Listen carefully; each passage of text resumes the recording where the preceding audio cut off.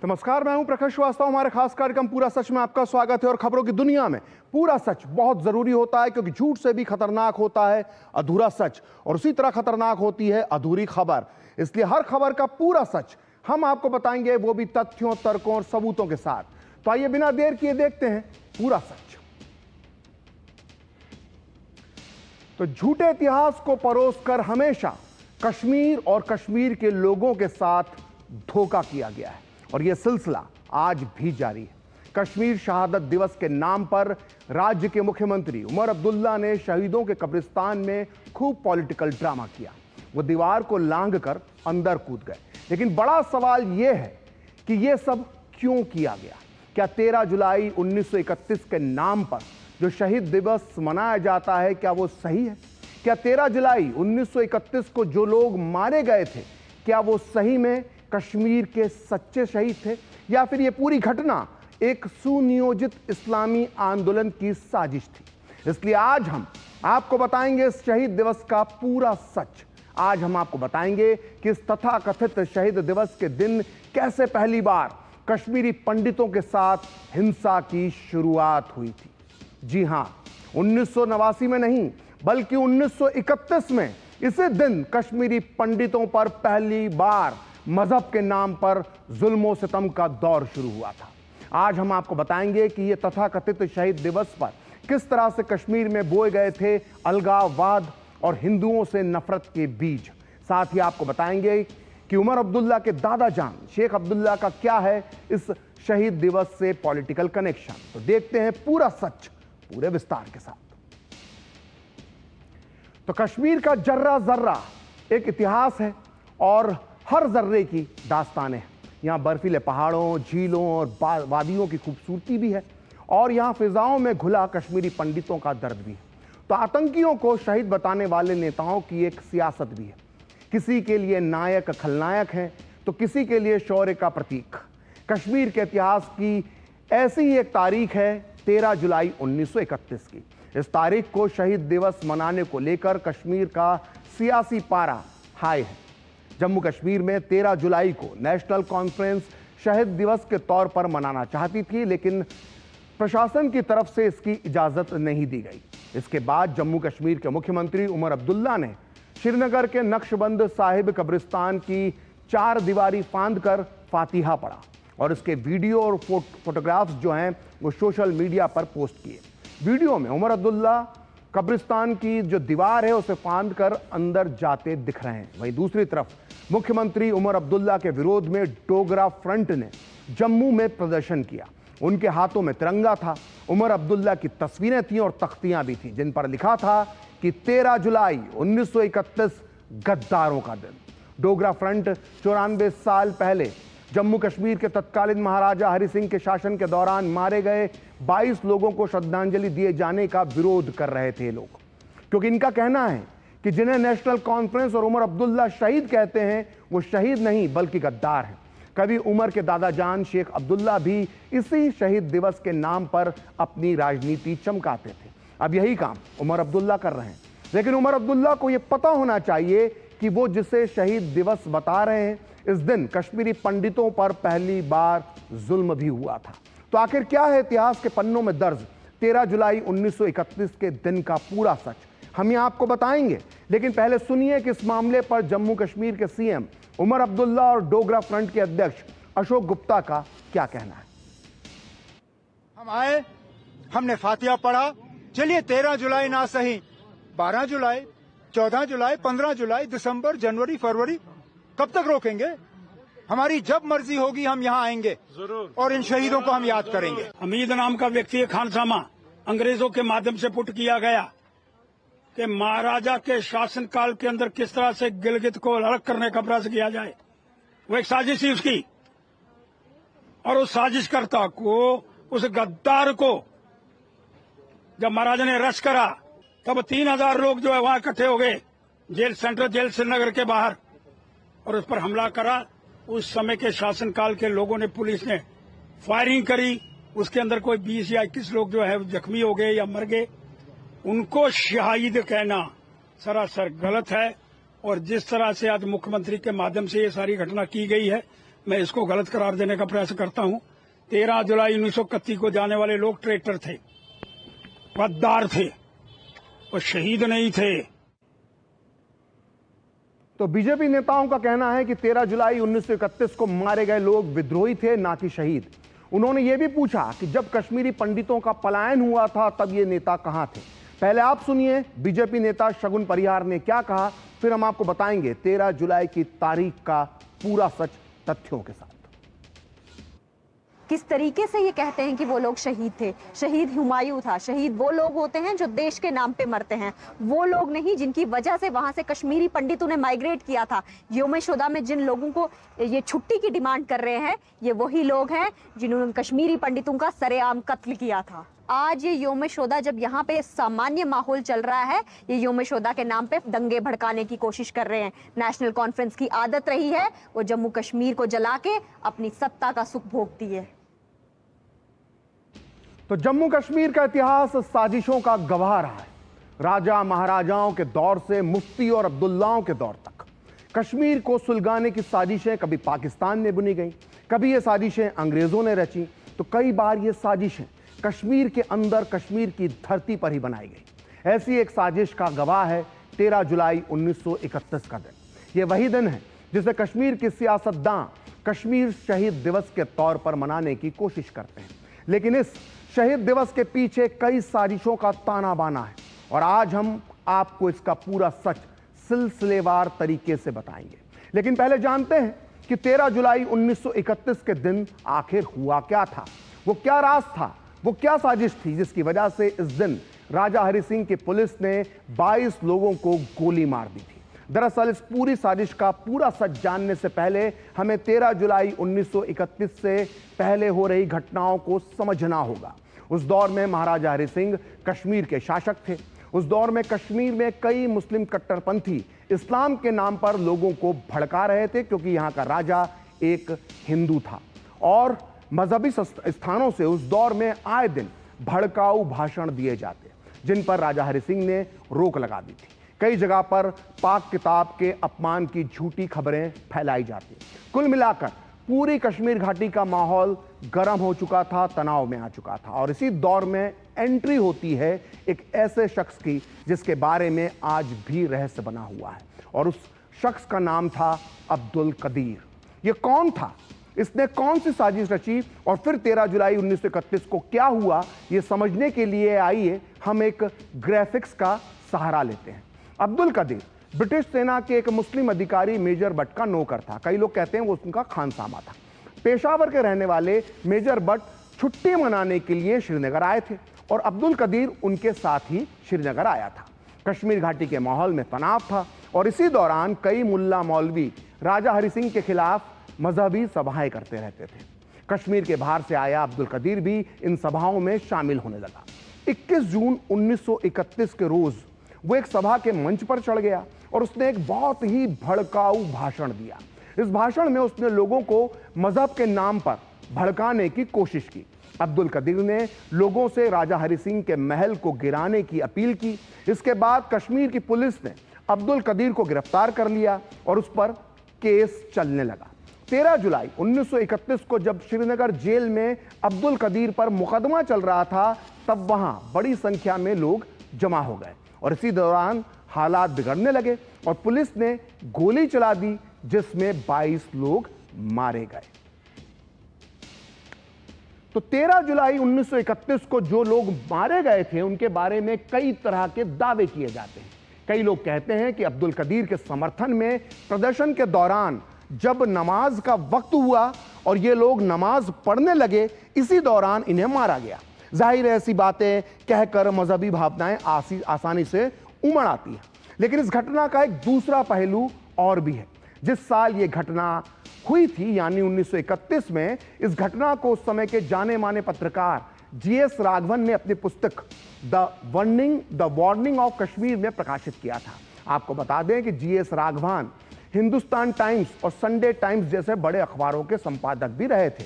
वो 1931 में प्रकाशित अपनी इस पुस्तक में इस घटना का वर्णन करते हुए पेज नंबर 86 पर लिखते हैं कि 13 जुलाई 1931 को भीड़ जेल में घुस गई। जब भीड़ को जेल परिसर से बाहर निकाला गया तो भीड़ ने अधिकारियों पर पथराव शुरू कर दिया और पुलिस लाइन में आग लगा दी। तब पुलिस बल को बुलाया गया। बेकाबू भीड़ को शांत करने के सभी प्रयास निरर्थक साबित हुए। भीड़ ने जेल से कैदियों को मुक्त कर दिया और जब जिला मजिस्ट्रेट ने उसके बाद गोली चलाने के आदेश दिए। तो उस दौर के जाने माने पत्रकार जीएस राघवन के मुताबिक पुलिस ने इसलिए गोलियां चलाई थी क्योंकि भीड़ बेकाबू हो गई थी और उसने जेल के कई कैदियों को छुड़वाने की कोशिश की थी। कुल मिलाकर यह सब मजहब के नाम पर भड़काया गया एक दंगा था। इसके बाद भी कुछ लोग इस दिन को कश्मीर शहीद दिवस के तौर पर मनाना चाहते हैं, लेकिन यही लोग इस घटना के बाद क्या हुआ इसका पूरा सच हमेशा आपसे छुपा लेते हैं। आइए अब हम आपको जो पूरा सच बताते हैं, जो आज से आपको पहले किसी ने कभी नहीं बताया होगा। 22 लोगों की मौत के बाद कश्मीर घाटी में जबरदस्त हिंसा फैल गई और मजहब के नाम पर अंधे हुए लोगों ने अपना पहला शिकार कश्मीरी पंडितों को बनाया। जी हां, इस हिंसा के शिकार कश्मीरी पंडित बने, जिसका जिक्र कभी नहीं होता। अगर आपको लगता है कि कश्मीर में कश्मीरी पंडितों पर हिंसा पहली बार 1989 में हुई थी तो आप गलत हैं। कश्मीरी पंडितों के खिलाफ पहली हिंसा 13 जुलाई 1931 को हुई थी, यानी जो नफरत का बीज 1931 में बोया गया उसकी फसल 1989 में काटी गई। लेकिन बहुत चालाकी से उमर अब्दुल्ला जैसे लोग 13 जुलाई 1931 की हकीकत छुपा लेते हैं। इस दिन कश्मीरी पंडितों के घर जलाए गए, उनकी दुकानें लूटी गईं और उनकी हत्याएं की गईं। और यह सब किया गया था मजहब के नाम पर अंधी हो चुकी भीड़ ने। लेकिन साजिश यहीं खत्म नहीं हुई। जिस अब्दुल कदीर की वजह से यह पूरा फसाद हुआ उसका रहस्य आज भी बरकरार है। कुलदीप चंद्र अग्निहोत्री द्वारा लिखित पुस्तक जम्मू कश्मीर की अनकही कहानी, जो इस वक्त मेरे हाथ में है, उसके पेज नंबर 30 पर इस घटना का वर्णन कुछ इस तरह से दिया गया है। शहर में मुसलमान दंगाइयों ने हिंदुओं की दुकानें जमकर लूटी और कई हिंदुओं की हत्याएं भी कर दी।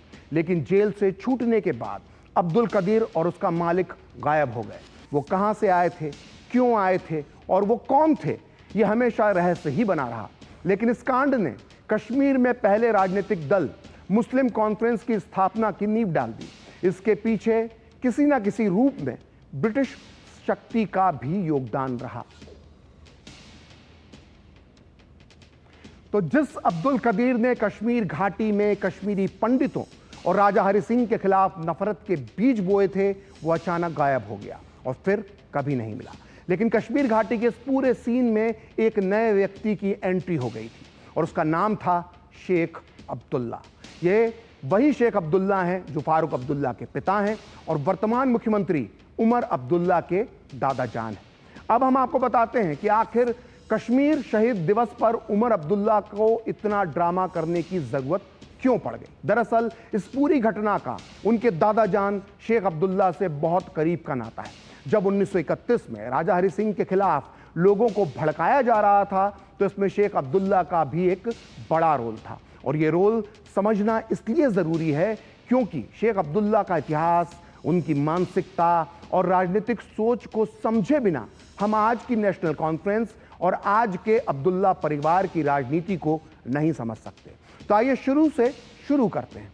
शेख अब्दुल्ला ने अपनी शिक्षा अलीगढ़ मुस्लिम यूनिवर्सिटी में प्राप्त की थी, वही एमयू जिसे उस वक्त अपनी अलगाववादी सोच के लिए काफ़ी ख्याति हासिल थी। अलीगढ़ से वापस आकर शेख अब्दुल्ला ने कश्मीर घाटी में मुस्लिम रीडर्स क्लब के नाम पर राजनीति की शुरुआत की। 1931 के इस आंदोलन तक वो अपनी पूरी पहचान बना चुके थे और कहते हैं कि इस आंदोलन के जरिए शेख अब्दुल्ला ने घाटी से कश्मीरी पंडितों के खिलाफ नफरत के बीज बोए थे। जिन्हें भी मेरी बात पर शक है उन्हें मोहम्मद इशाक खान की लिखी मशहूर किताब हिस्ट्री ऑफ श्रीनगर पढ़ना चाहिए। इस किताब को कश्मीर पर लिखी गई सबसे ऑथेंटिक किताबों में से एक माना जाता है। इसके पेज नंबर 191 पर लिखा हुआ है कि अलीगढ़ मुस्लिम यूनिवर्सिटी में पढ़ाई के दौरान शेख अब्दुल्ला और उनके साथियों का संपर्क मुस्लिम नेताओं और मुस्लिम ब्रदरहुड को मानने वाले लोगों से हुआ। अलीगढ़ से वापस आने के बाद शेख अब्दुल्ला श्रीनगर की मस्जिदों में मुसलमानों को जमा करते और वहां उत्तेजक भाषण देते। शेख अब्दुल्ला अक्सर अपने भाषणों में कहते कि मुसलमानों को सरकारी नौकरियों से बाहर रखा जा रहा है और गौ हत्या के आरोप में मुसलमानों को सख्त सजाएं दी जा रही हैं। तो 1931 में शेख अब्दुल्ला जैसे नेताओं और मुल्ला मौलवियों ने पूरी कश्मीर घाटी में हिंदू विरोधी उन्माद पैदा कर दिया, जिसका नतीजा यह हुआ कि कश्मीर घाटी में हिंदू विरोधी दंगों की चिंगारी भड़क गई। जैसा कि हमने आपको पहले बताया है कि 13 जुलाई 1931 को गोलीकांड के बाद 1989 की तरह ही कश्मीरी पंडितों की दुकानें लूटी गईं और उनकी बेरहमी से हत्याएं की गईं। खैर, इन दंगों के ठीक अगले साल यानी 16 अक्टूबर 1932 को शेख अब्दुल्ला ने कश्मीर मुस्लिम कॉन्फ्रेंस के नाम पर एक नई पार्टी बनाई। इसके नाम से ही शेख अब्दुल्ला की सोच का आप अंदाजा लगा सकते हैं। लेकिन 1939 तक आते आते शेख अब्दुल्ला नेहरू के परम प्रिय मित्र बन गए और नेहरू की सलाह पर उन्होंने अपनी पार्टी का नाम मुस्लिम कॉन्फ्रेंस से बदलकर नेशनल कॉन्फ्रेंस कर दिया, यानी कट्टरपंथी इस्लामी सोच को राष्ट्रवादी सोच का जामा पहना दिया। लेकिन नाम बदलने से भी शेख अब्दुल्ला और उनकी पार्टी की सोच नहीं बदली। नेहरूवादी इतिहासकारों ने हमेशा यह साबित करने की कोशिश की है कि शेख अब्दुल्ला जिन्ना के कट्टर विरोधी थे, लेकिन हकीकत में शेख अब्दुल्ला ने एक दौर में जिन्ना को दोस्त बनाने के लिए हर तरह की कोशिश की थी। ये बात मैं नहीं कह रहा, बल्कि ये बात कही है कभी शेख अब्दुल्ला के बेहद करीबी, बेहद खासम खास साथी रहे प्रेमनाथ बजाज ने। शेख अब्दुल्ला के साथ 20 साल तक काम करने वाले बजाज अपनी किताब the untold story of Kashmir politics के पेज नंबर 11 पर लिखते हैं कि शेख अब्दुल्ला ने गुंडों को अपनी राजनीतिक संस्था का हिस्सा बना लिया, ठीक वैसे ही जैसे नाजी जर्मनी ने स्टॉर्म ट्रूपर्स होते थे। 1930 और 1940 के दशक में शेख अब्दुल्ला को श्रीनगर की गलियों में हाथ में डंडा लेकर चलते थे और वो इससे अपनी विरोधियों और आलोचकों को पीटते थे। इस तरह कश्मीर की राजनीति धार्मिक चरित्र की हो गई, जिसमें गुंडागर्दी की प्रधानता थी।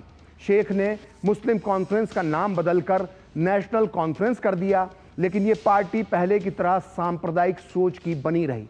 जवाहरलाल नेहरू ने शेख अब्दुल्ला को पसंद किया, लेकिन नेहरू लोगों को परखने की क्षमता में कमजोर थे। नेहरू हमेशा संदिग्ध योग्यता वाले मुस्लिम नेताओं के प्रति आकर्षित हो जाया करते थे।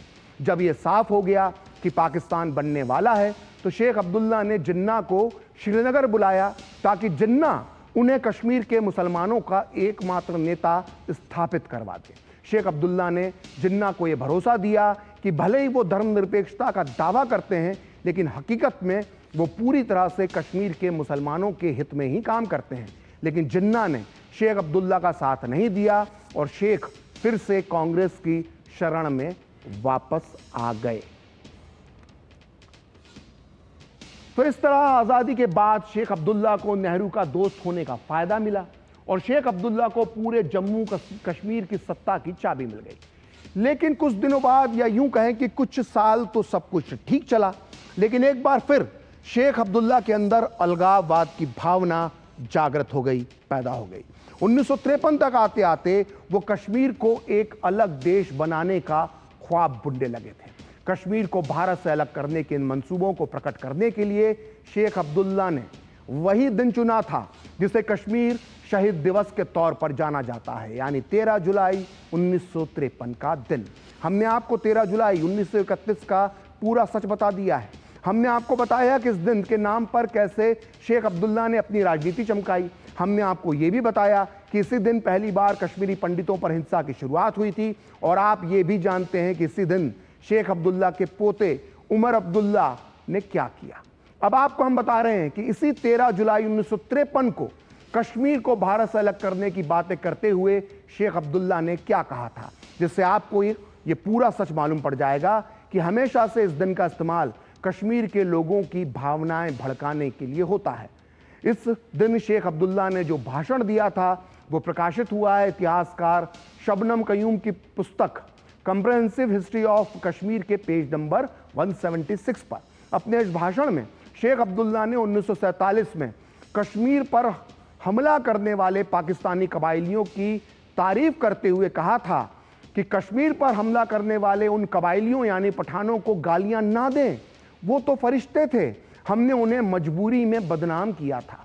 हमारे कश्मीरी शहीदों ने हमें अपनी आज़ादी के लिए और बलिदान देने के लिए प्रेरित किया है। यदि ज़रूरत पड़ी तो हमारे युवा युद्ध लड़ने से भी नहीं चूकेंगे। मुझे इस बात का दुख है कि कश्मीर पाकिस्तान का हिस्सा नहीं बन पाया, क्योंकि मैं रास्ते में आ गया था। मुझे डर था कि पाकिस्तान मेरे साथ अच्छा व्यवहार नहीं करेगा, लेकिन मैं गलत था।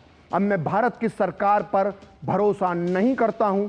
अब हमारे रास्ते अलग हैं। तो शेख अब्दुल्ला ने सोचिए किस तरह की भाषा का इस्तेमाल किया था और क्या क्या कहा था।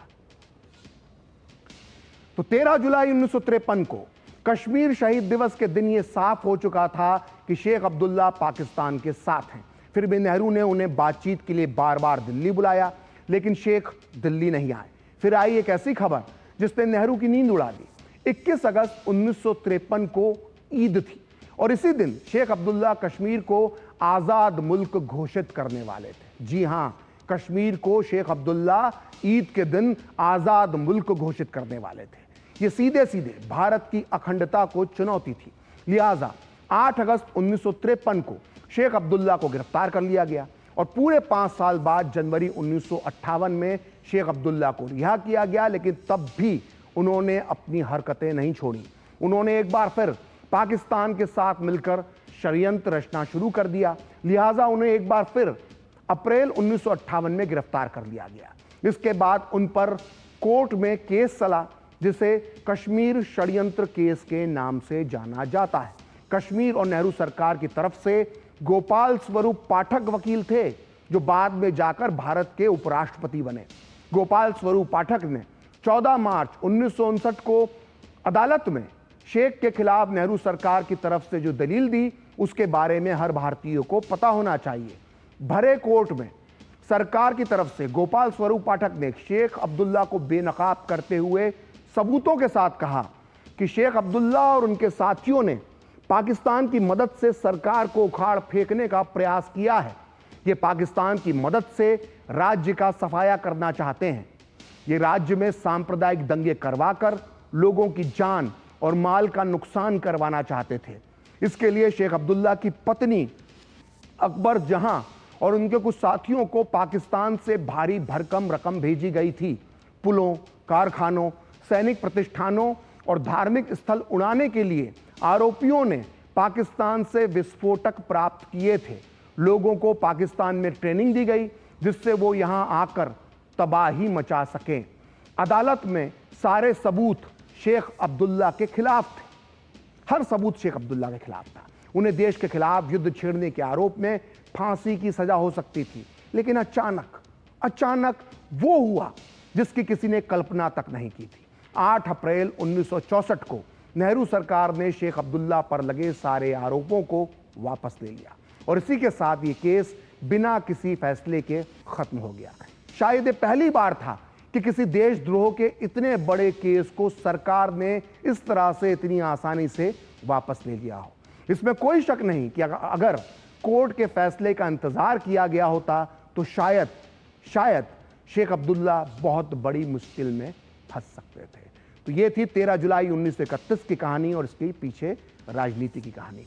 तो पूरा सच में वक्त एक ब्रेक का, और ब्रेक के बाद दिखाएंगे अंतरिक्ष जीत कर लौटे शुभांशु शुक्ला का पृथ्वी पर कैसे हुआ शानदार स्वागत।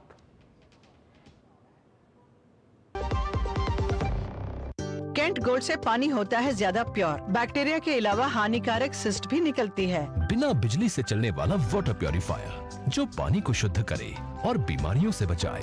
अब हर परिवार होगा स्वस्थ केंट से। एक मिनट क्या हुआ? अभी से इतना खर्चा करोगे तो मेरी पढ़ाई का क्या करोगे? उन्होंने पहले ही लाइफ इंश्योरेंस का चाइल्ड प्लान सोच रखा है, इसके लिए। बढ़िया है। सपनों को रखो सुरक्षित चाइल्ड प्लान के साथ। सबसे पहले लाइफ इंश्योरेंस। जब धरती चीर कर निकलता है लोहे का पत्थर और मिलता है मोंगिया के जोश से, फिर तपता है, पिघलता है और बनता है फौलाद।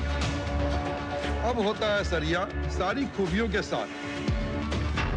मोंगिया स्टील, मजबूत देश का मजबूत सरिया।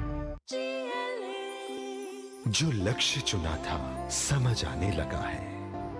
GLA यूनिवर्सिटी, उच्च लक्ष्य की निश्चित प्राप्ति। सुनो, एक अच्छी इंश्योरेंस पॉलिसी AI से पूछते हैं। एक ऐसी पॉलिसी जिसमें प्रीमियम पेमेंट हो लिमिटेड पर इनकम आती रहे लाइफ टाइम। LIC का जीवन उत्सव। एक ऐसी पॉलिसी जो दे होल लाइफ इंश्योरेंस कवर भी। LIC का जीवन उत्सव। वाओ, चलो तो LIC की जीवन उत्सव पॉलिसी ही लेते हैं। मैं भी तुमसे यही कह रही थी, LIC का जीवन उत्सव। लाइफ टाइम सेलिब्रेशन मनाइए LIC के जीवन उत्सव के साथ, फ्यूचर सेट है। केंट गोल्ड से पानी होता है ज्यादा प्योर, बैक्टीरिया के अलावा हानिकारक सिस्ट भी निकलती है। बिना बिजली से चलने वाला वाटर प्योरीफायर जो पानी को शुद्ध करे और बीमारियों से बचाए। अब हर परिवार होगा स्वस्थ केंट से। तो ब्रेक के बाद पूरा सच में आपका फिर से स्वागत है। और पूरे भारत के लोग सांस थामकर जिस पल का इंतजार कर रहे थे, वो इंतजार भारतीय समय के मुताबिक दोपहर 3:01 पर पूरा हो गया। एक्सियोम मिशन 4 के तहत शुभांशु शुक्ला सहित चारों एस्ट्रोनॉट 18 दिन अंतरिक्ष में रहने के बाद पृथ्वी पर सकुशल लौट आए। करीब 22.5 घंटे के सफर के बाद ड्रैगन स्पेसक्राफ्ट की आज यानी 15 जुलाई दोपहर 3:01 पर कैलिफोर्निया के तट पर लैंडिंग हुई। और स्प्लैशडाउन के बाद ड्रैगन कैप्सूल का हैच जैसे ही खुला, सबसे पहले अमेरिकी अंतरिक्ष यात्री पैगी विट्सन बाहर निकली और कुछ समय बाद भारतीय अंतरिक्ष यात्री शुभांशु शुक्ला, पोलैंड के स्लावेश और हंगरी के टिवोर कापू भी कैप्सूल से बाहर आ गए। और स्प्लैशडाउन के बाद जब शुभांशु की पहली तस्वीर सामने आई तो समय शुभांशु के चेहरे पर सफलता की, कामयाबी की चमक आप साफ देख सकते हैं किस तरह से वो नजर आ रही थी। और उनके चेहरे पर अलग ही मुस्कुराहट थी, जीत की मुस्कुराहट। और शुभांशु ने हाथ हिलाकर अभिवादन किया और अपनी खुशी का इजहार किया। भारत के लिए एक बहुत ही ऐतिहासिक पल है, गर्व का पल है। और शुभांशु इंटरनेशनल स्पेस स्टेशन पर जाने वाले पहले और स्पेस में जाने वाले दूसरे भारतीय बन गए हैं।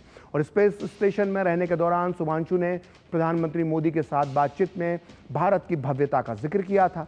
शुभांशु शुक्ला की अंतरिक्ष से वापसी पर प्रधानमंत्री मोदी ने भी उन्हें बधाई देते हुए कहा कि शुभांशु ने अपने समर्पण और साहस से अरबों भारतीयों के सपने को प्रेरित किया है। यह हमारे अपने मानव अंतरिक्ष उड़ान मिशन गगनयान की दिशा में एक बहुत बड़ा मील का पत्थर है। तो अंतरिक्ष से शुभांशु शुक्ला की सफल वापसी के बाद देश भर में खुशी की लहर है। शुभांशु के माता पिता ने लखनऊ में टीवी स्क्रीन पर अपने बेटे की पृथ्वी पर वापसी देखी तो मां की आंखों में खुशी के आंसू छलक पड़े।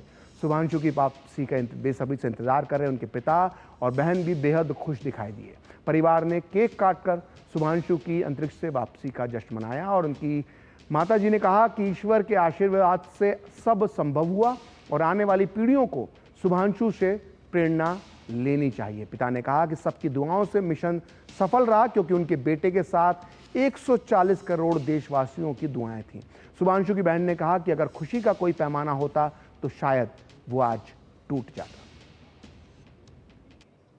सब अच्छे से हो गया, सब ईश्वर साथ में है। ईश्वर नहीं उसको वहाँ पहुँचाया था, उसी की दुआओं से उसी के सब पहुँचाया था, उसी ने सब सुरक्षित लैंड कराया, सब कुछ वही है। आगे आने वाली पीढ़ी को सबक लेना चाहिए, सीखना चाहिए, जिसको आगे बढ़ना है वो आगे बढ़े अपना इसी तरह से। बहुत खुशी है, बहुत खुशी है। हम तो गार्जियन हैं बहुत, और पूरे देश को खुशी है, आप सब लोगों को खुशी है कि बच्चा हमारा वापस सकुशल वापस आ गया। ये हमारे लिए और देश के लिए, सबके लिए गौरव। बहुत प्राउड मोमेंट है हमारे देश के लिए भी और पूरे नेशन, मेरे लिए एंड पूरे नेशन के लिए of course. And we are highly excited. शब्द कम पड़ रहे हैं, अभी कोई स्केल नहीं है प्राउड का, वरना वो स्केल टूट जाता आज। तो आज पूरा सच में इतना ही। कल फिर होगी आपसे मुलाकात अपने इस खास कार्यक्रम पूरा सच में किसी और मुद्दे की पड़ताल के साथ। तो मुझे और मेरी पूरी टीम को दीजिए अनुमति। नमस्कार।